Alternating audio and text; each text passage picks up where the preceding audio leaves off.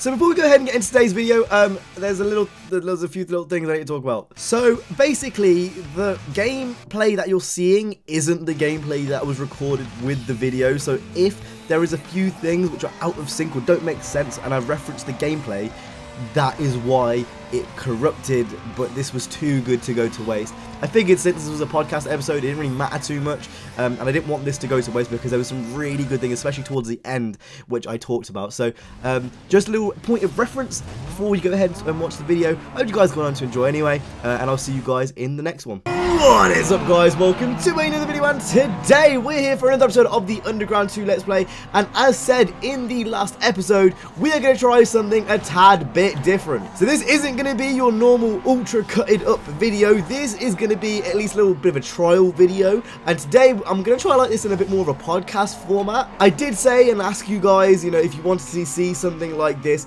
let me know down in the comment section down below, and a lot of people were interested in something like this. So what we're going to go ahead and do for this video, and depending on how it goes, we're going to go ahead and try a podcast format. So I basically asked you guys to ask me a bunch of questions on the community tab like a week ago, and basically we're going to kind of sift through pretty much all of those questions in this episode, and obviously make a lot of progress in Need for Speed Underground 2, the Let's Play. Now, a lot of the questions were repeat questions, so sorry if, you know, your name doesn't get read out specifically, but I'm going to try and go through as much as possible, because to be honest, there's a lot of things I want to talk about generally. Like, I don't really want to make an update video, and I do want to make underground videos, so it's one of those things. I'm going to be using this as a bit of a platform. I also want to say that don't worry about the normal commentaries and stuff, those aren't necessarily going anywhere. Obviously this will be a thing every now and then, like maybe every 3 or 4 episodes that I'll do if you guys are interested. Anyway, we're going to go ahead and press enter in this. It's not going to be so much about the gameplay, it's going to be more about me talking, so I'm going to go ahead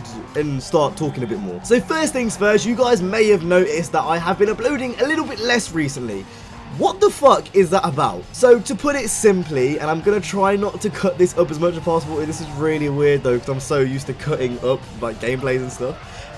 But to put it simply, uni has been really busy recently, and it's been really hard to cope with both uni work and then YouTube stuff at the same time. But I am still aiming to upload at least, you know, bi-daily. I'm not going anywhere, but it's just been really tough recently, and I just wanted to address that because I know not a lot of people, you know, look at the community tab. I know my channel's been really weird, and that's something I kind of want to talk about a bit later on, is like just YouTube and how weird the Snowball has been recently for me, and not only in like the past few months, but definitely like the past few years. That's something I kind of want to talk about in a bit later, because I genuinely feel like this might go off for at least an hour. I think I was talking about like YouTube and the Snowball and shit. I might as well just talk about that now since it's on my mind and it'll be easy to talk about. So obviously my channel has been in a really weird place in the past year. Obviously with university in the past year, I think it's fair enough to say last year I wasn't in the best of places. Like in my head and stuff. I didn't really want to be at uni. There was a bunch of things that was just like messing around in my head, and I wasn't in the best of places. And you know, I tried to persevere with YouTube and stuff, but you know, it was one of those things. I think it came through on video that I wasn't really enjoying my time at university. I've always enjoyed YouTube. YouTube's always been one of those things which I've really kind of I've kind of used it as a bit of an escapism from real life, if that makes sense. But my growth has declined, you know, pretty heavily, you know, since Need for Speed 2015, and that's something that I'm like really aware of. And maybe it's not something that you know if, you know, you don't pay attention, but obviously these are things which I do need to pay attention to. It's something which I naturally, even though I've been given many opportunities, and obviously even though things have happened, and don't get me wrong, my channel hasn't peaked yet, like it's still growing, but obviously because of uni and stuff, it's been harder for me to cope with YouTube, and this is a thing which I'm like fully aware of. It's really weird because I've always been one of those people that has like, I've got the mindset of working myself to death until like I can't work myself anymore, and it's like sounds a little bit unhealthy, to be honest, probably is a little bit unhealthy, but that's always how I've kind of worked myself. It's always how I've been, like, just generally. And it wasn't up until I'd say around about like maybe a few months ago in the summer where I kind of had to take a step back and kind of realize that's probably not the best way to do things. And I'm not at the point where I'm burnt out on YouTube. I'm not at the point where, you know, I'm not enjoying making racing game content. I've always seen this channel as a content, or as a channel where I can upload pretty much whatever I want. That's why I like trying new things. We're going to lose this race, aren't we? Oh, please, no. Yeah, I've always seen this is a channel which I like to kind of experiment on. Even like years ago, I'd try things like going to car dealerships, and I'd try things like, you know, going to like car festivals and stuff, and not even just that, but trying other games. This has always been a channel where I've tried different things. It started off as a COD channel, then moved on to a FIFA channel, and now we are here where we are here today. I've always prided myself on being a little bit different. That's where this podcast episode comes from. It's one of those things, I'm not scared to try new things, because you're never gonna grow unless you do that, unless you be a little bit different. Having seen my friend CJ blow up recently has really given me a pretty big kick up the ass. So for those that don't know, don't follow CJ's channel, I'm going to link him down in the description. Recently, he's found his specific niche. He's always had his own little niche, but recently he's been really blowing up. And it kind of kicked me in my ass to think, like, well, Cam, why aren't you really pushing yourself to kind of find this niche? I've always been the person to upload really highly edited content years ago, before it became the norm and the popular thing. I've always been that guy, and it's always been one of those things. I've never been the type of person to do this style content, but especially recently, it's something which I definitely kind of want to explore more. Like I said, it's one of those things, the highly edited stuff is never going to go away, and I feel like this kind of stuff is really interesting. Oh, for fuck's sake. I feel like this kind of stuff is really interesting to hear from an outsider's perspective, because if you weren't a YouTuber, you wouldn't know anything I'm particularly saying. And I feel like, you know, if I was watching a YouTuber and I was really interested in their content, this is the kind of stuff I'd want to watch. I'm not sure this is necessarily going to bring more people in, but I can definitely see those people that watch me, you know, for like longer periods of time, like this is something which you guys are going to enjoy. And like I said, the highly edited stuff's never going away. I feel like even elements of that are probably going to end up coming in this video, just because that's because I make my videos. That's just how I operate the channel. But yeah, it's one of those things, seeing CJ, you know, finally like get to that point where he's you know, getting 500 subs in a week and stuff. It was a really big kick up the ass to kind of, well, like, do it myself, because I have done it before and I know I can do it again. And it's one of those things. So this kind of links with one of the topics that you guys mentioned.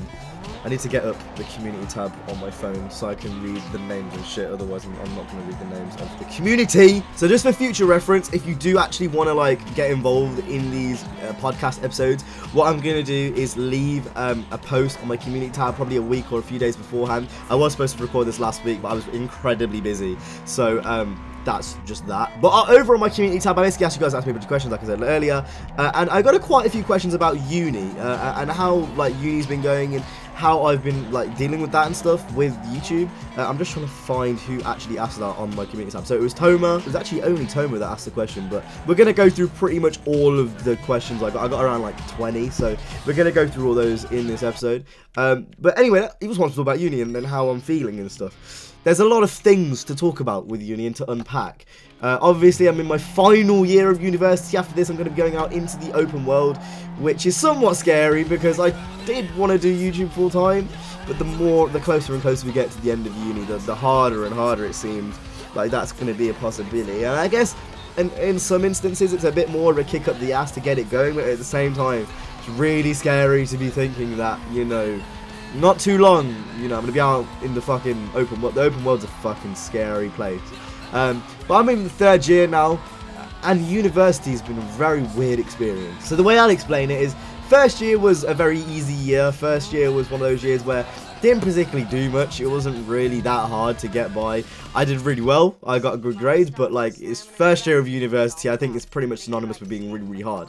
Second year, no one particularly talks about it, and this was the year where I kind of slowed down with my YouTube stuff, only because I literally couldn't handle it mentally. No one ever talks about second year at university. Everyone always talks about first, and it was one of those things like I wasn't really anticipating the workload we've got for my course and how I do film. So I know I'm going to get questions about that. I do film production, so making films and stuff and writing about films. And for that, like, no one really talks about the second year of it. Everyone always says first is easy, third is hard.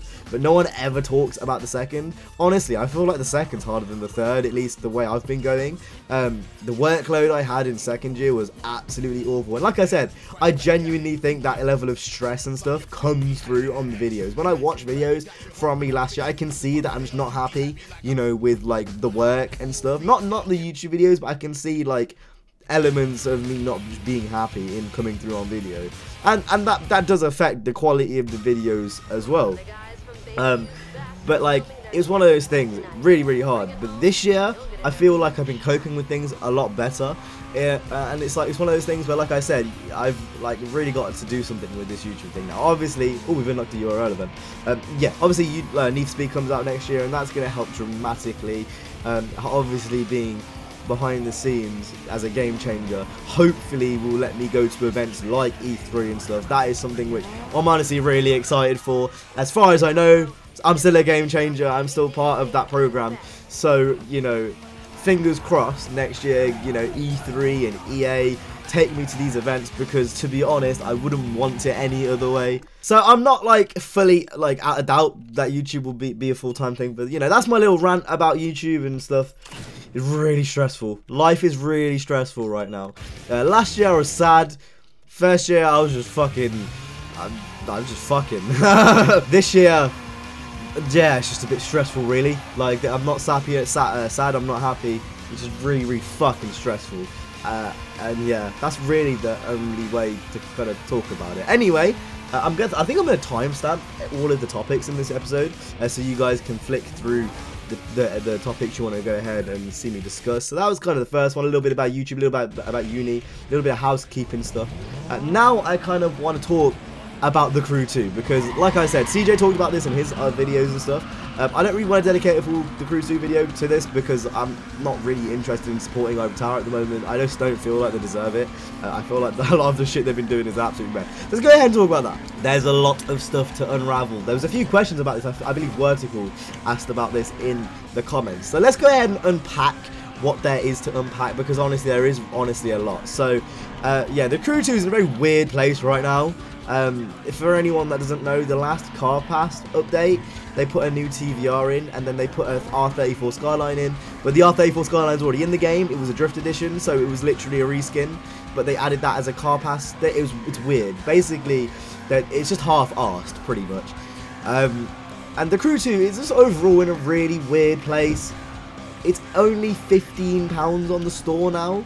And it's really weird, because the game had a somewhat alright launch, other than the PvP, which we all know is a problem, and that's not like everyone knows that the PvP is a problem in that game. Other than that, the game had a really good launch. It was really smooth. The servers weren't buggy. The multiplayer worked fine. Like, there was nothing particularly wrong with the game other than the lack of content. Now we fast forward to the 31st of October, spooky season.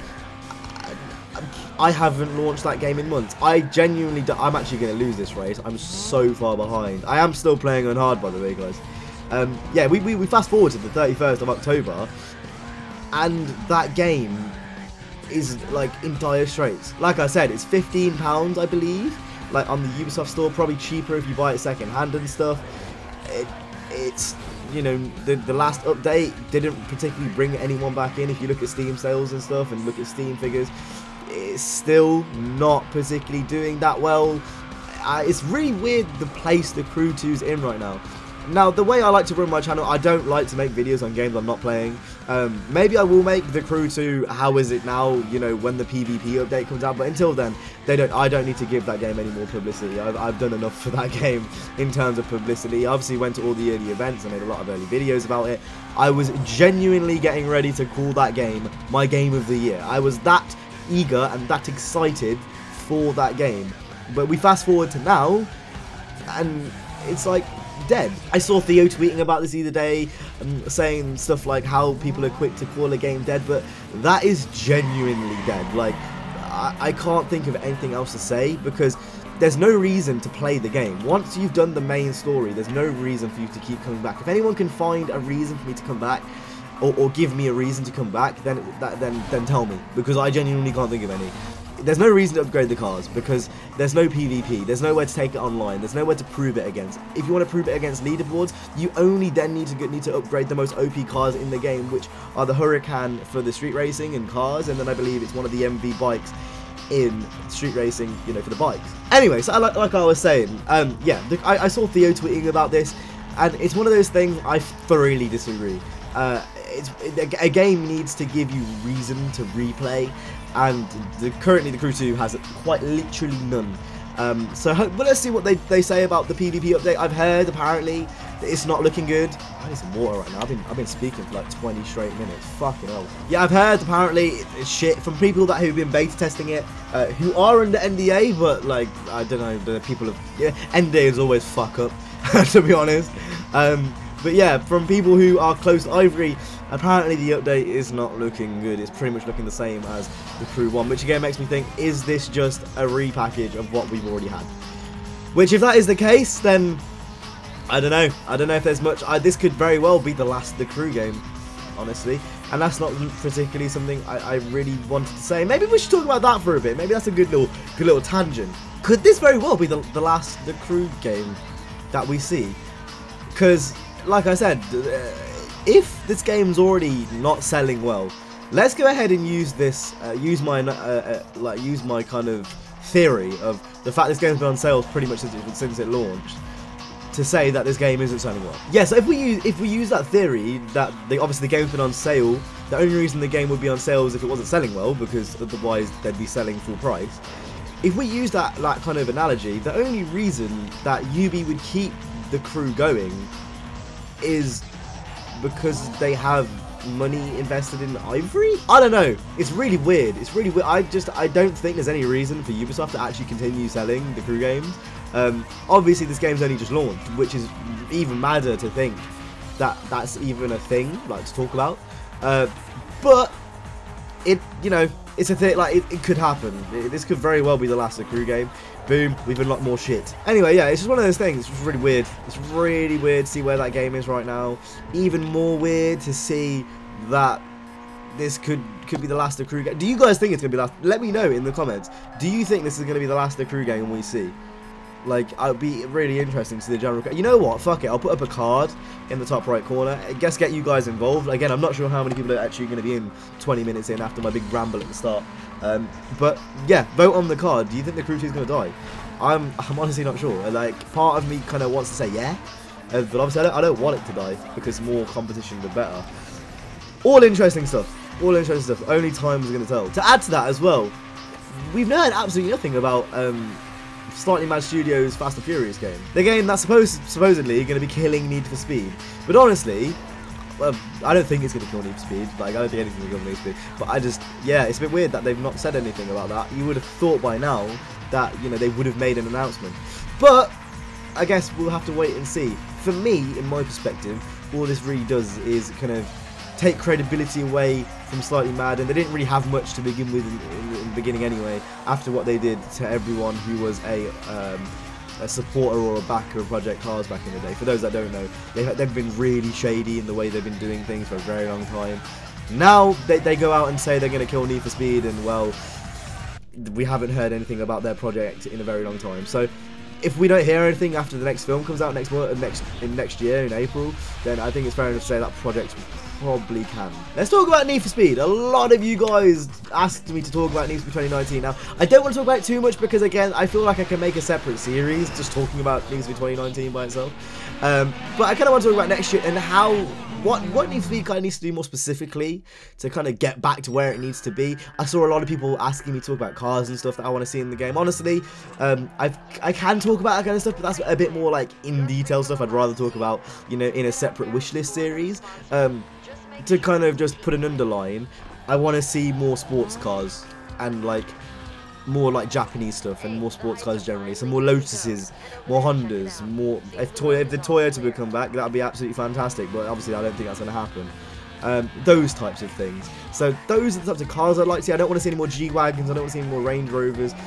Maybe if they go the way Underground 2 did it, and you know, they go proper dub customization, but otherwise I'm not particularly interested. I want to see cars. I don't want to see planes, I don't want to see boats, I don't want to see bikes, I don't want to see anything. I want to see cars. So that's what I want to see from the car list sort of thing. I know someone asked that in the discussion thing. Let's talk about the direction of the game. Let's talk about Need for Speed as a brand. Let's kind of talk about more of that kind of stuff, because I feel like, again, this is the kind of stuff which would be a bit more interesting. If you're 25 minutes deep into this video right now, I can almost guarantee that you're probably going to want to hear the more intricate things, not, you know, the boring things. So let's go ahead and talk about that. Need for Speed as a brand, needs to change. I think it's all fair enough to say that Payback wasn't what we wanted. Payback was far from what we wanted. Not only was it like, ooh, we have a compact sports cover opportunity. I can 100% guarantee Rachel speak to me right now, and I cannot hear a word she's saying. Yeah, so I think it's fair enough to say that Payback wasn't really what anyone wanted. That's general consensus. I'm beating a dead horse by saying that. But it's also, I think it goes a bit deeper than that, to be honest. Not only was it not what anyone wanted, but it was also a big kind of diversion, or like, it was a big kind of tangent. That's the fucking word.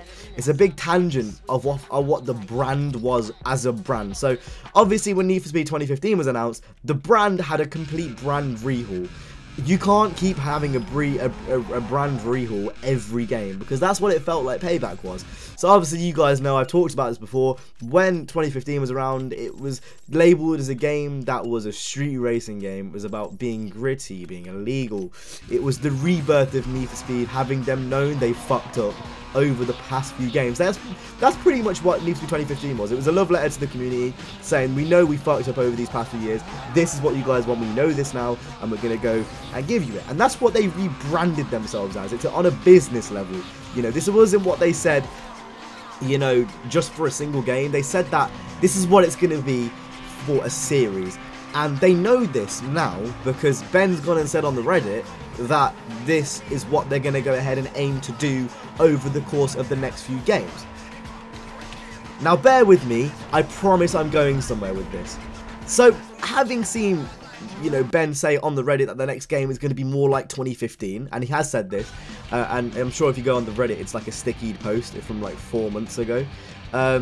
It's very clear that they know the rebrand, whatever the fuck they tried to do at Payback, whether it was a more of a higher up decision, someone more in A, or someone higher up in EA, or someone higher up maybe in Ghost. We all know how batshit crazy some of the guys over at Ghost are, so maybe that could be the case, and maybe it was someone higher up at Ghost. What I want to say is that it's very clear they know the direction that Payback wasn't what they want. The Ben's mannerisms on that Reddit post would tell you otherwise, and maybe I might make a dedicated video on this, because again, I don't think a lot of my subscribers are going to be 30 minutes into this Underground 2 Let's Play video, but it's very clear the motives are different now.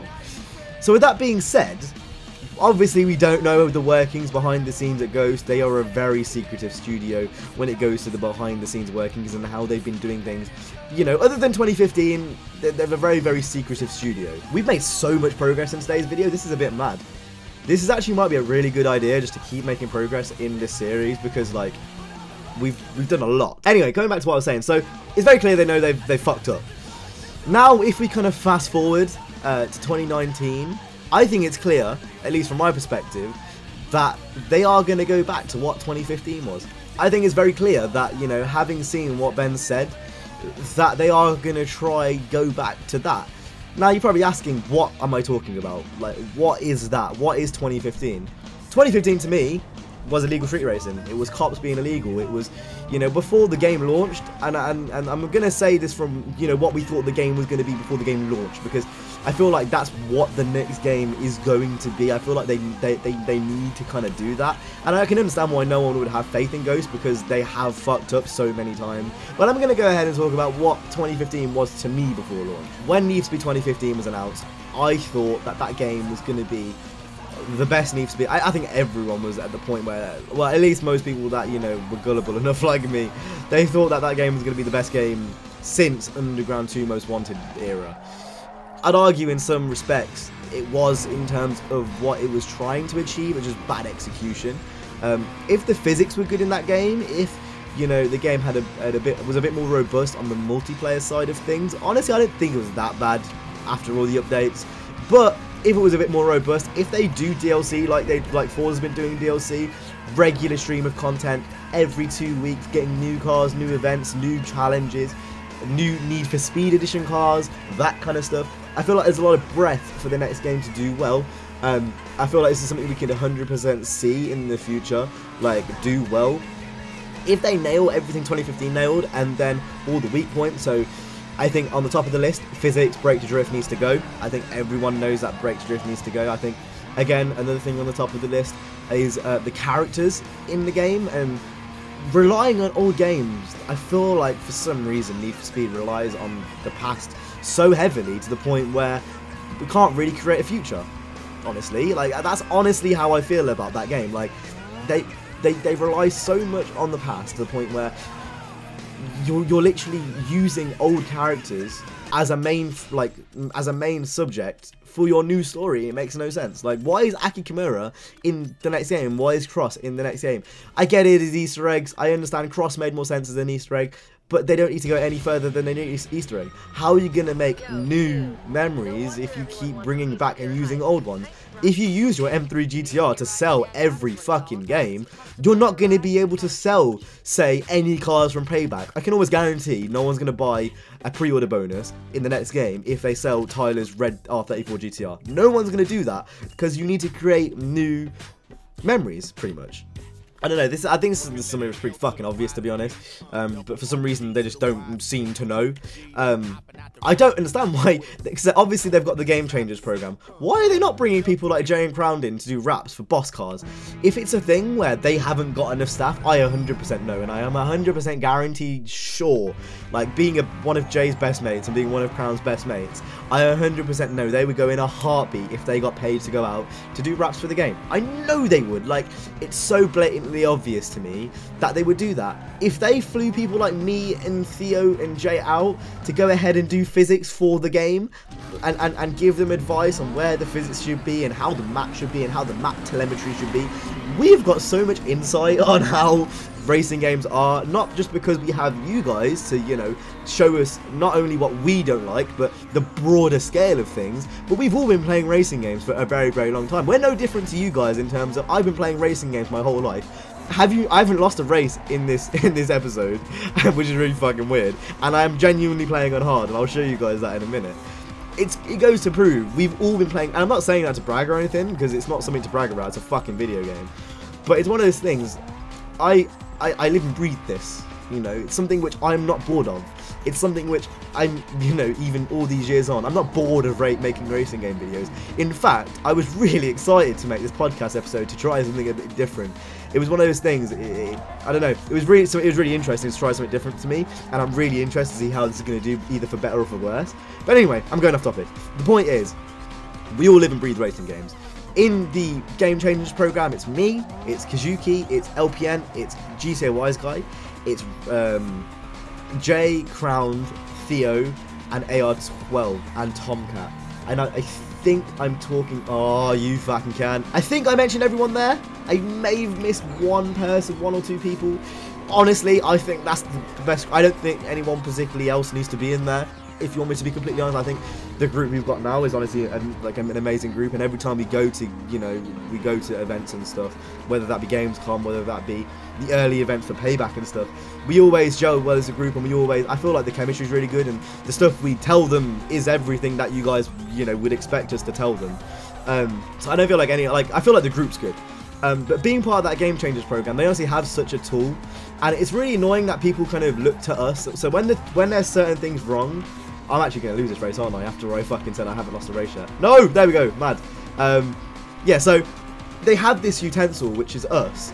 And obviously, you know, having said what I've said in this video, you know, we have told them what we need to tell. I've wrote literal paragraphs upon paragraphs of notes before going to the studios back in Payback, and 2015 for that matter, giving feedback to what, you know, I feel like should be improved in the series. If they do that, and if they, you know, listen to what not only we want, but the community want as a bigger scale, I feel like they're onto a big thing.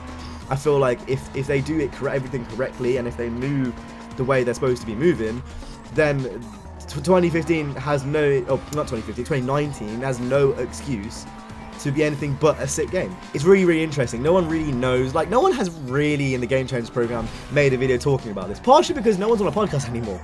You know, obviously Drivecast isn't a thing, Up to Speed was dead years ago. You know, no one really has a talk, and obviously a lot of it is under NDA. We can't talk about a lot of things, and that's again, that is what it is. But there's a lot of things we can talk about, which obviously you guys don't know. Maybe I might actually title this a Gamechangers Insight, because obviously not a lot of people know what it's like to be in EA Gamechangers. Honestly, Maybe EA is a higher up on the Battlefront levels, on the loot box levels, they're fucked. Maybe that is the case. But on a lower level, on a developer level, when I go out to Ghost, you know, or when I have been out, I should keep saying when I have been out to Ghost, not when I make it sound like it's recent. You know, 2015 payback. That's what I'm referring to when I'm saying this. Every time I've been out on a developer level, you know, at least for me, there's been a few opportunities where I haven't been able to go and haven't been able to give feedback because either planes have been delayed or getting cancelled and stuff or whatever. There's been certain reasons, or maybe I've got family things or uni things. But for the most part, like on a developer level, everyone seems really understanding. Everyone seems like they're not there to make a bad game. And I see a lot of people saying, well, the YouTubers lied to us, the YouTubers said this was going to be a really good game. Again, that's another thing with early events, which is really hard to talk about. I've actually got in a really good groove of talking about things in this podcast. I feel like I've gone for another 20 minutes. This is really weird. Yeah, it's another thing with YouTubers. A lot of people say, oh, YouTubers lied to us, they said the physics weren't going to be good, they overhyped the game just so they can get more views. It's honestly not the case. So you obviously got to keep in mind, we don't play the full game in May, you know, at E3 or at Gamescom. We play the little snippets they give us, and we play those snippets hard. We play those snippets to death to make sure we can give as much information to you guys as possible. So obviously everyone knows the highway heist. I did the highway heist backwards. I did the highway heist. I got out the map in the highway heist. Like, I found glitches in that build we weren't supposed to do. If you went backwards on that map, you could actually get to the Vegas City area, you know, like scot-free. But obviously we couldn't record that because we were going as Game Changers. So if EA saw the Game Changers breaking the build, that wouldn't be fair. But I did talk about that in videos. So it's one of those things, like, as a Game Changer, like, it's really, really hard. It's a really, really scrutinizing position. Obviously, the devs are in a much harder position than we are because at the end of the day, they're making the game. So if they fuck up, they're going to get a lot more backlash than we are because, you know, we're the community figures. But, you know, we still get a lot of shit. You know, I know a lot of people said a lot of stupid things. Theo, I know you're a great guy and stuff. You did say 2015's physics were the best ever. That wasn't probably the greatest of things to say before launch. Or maybe it was Payback, but I was one of the Game Changers that I think it was Theo. You know, that was a little bit of a stupid thing to say, I'm not going to lie. Like, I was like, maybe I can see why people get a bit annoyed. But for the most part, Game Changers, the things we say and stuff, I don't know. I feel like a lot of us get a little bit too. A lot of the bigger guys, in all fairness. I'm a very small channel. I haven't got many eyes on me compared to, say, some of the bigger channels. But overall, you know, the things we say, that we genuinely try to benefit the series for the better.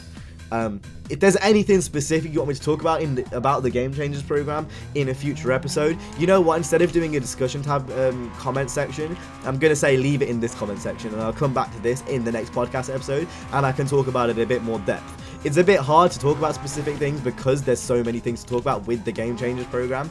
Honestly, like I said, on a higher level, as on a like Andrew Wilson level, maybe they are fucked. Maybe they are. I've never met the guy. I've never met Marcus. There's a lot of people I've never met compared to a lot of the other Game Changers. I've not been there since the start. I was there after Gamescom of 2017 last year. So there is a lot of stuff that I have possibly missed.